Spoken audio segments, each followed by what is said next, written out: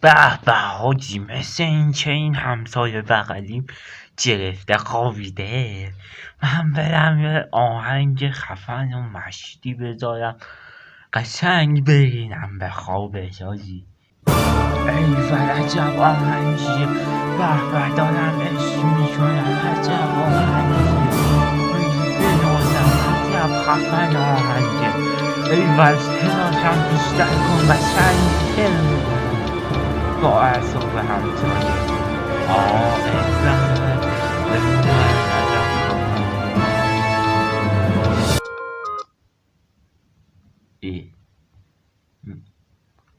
صدا همسایه اومد، فکر کنم اومده جلو. دل برم ببین. به سلام همسایه، یک جولاب گولچشم، یعنی سلام دلغک. چرا حالیت نیست نصف شبی وقتی که میخوایم بخوابیم آهنگ نمیذارن؟ عجب گاوی تو، نمیفهمی؟ یعنی تو حالیت نمیشه اصلا همسایه داری، نمیگی چرا وقت نصف شبی باید آهنگ بذارم تر بزنم به خواب هم بغل دستیم؟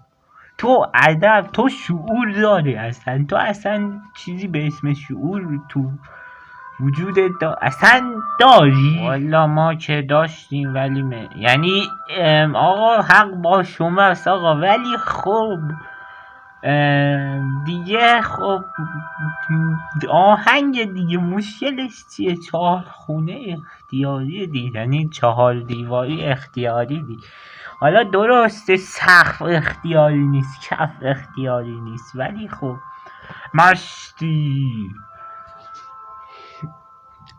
4 دیواری اختیاری چرا زر مخ میزنی؟ 3 دیواری اختیاری یعنی این خب این دیوار این دیوار راستی با شما چیه؟ تازه فهمیدم. حاجی ولی خب به کتفم هم نیست. خداحافظ، من برم آهنگمو بذارم باز. عجب آهنگیه، خدا وکیلی. این آدم روحش جلا پیدا میکنه. لاکشتاب یادتون نره.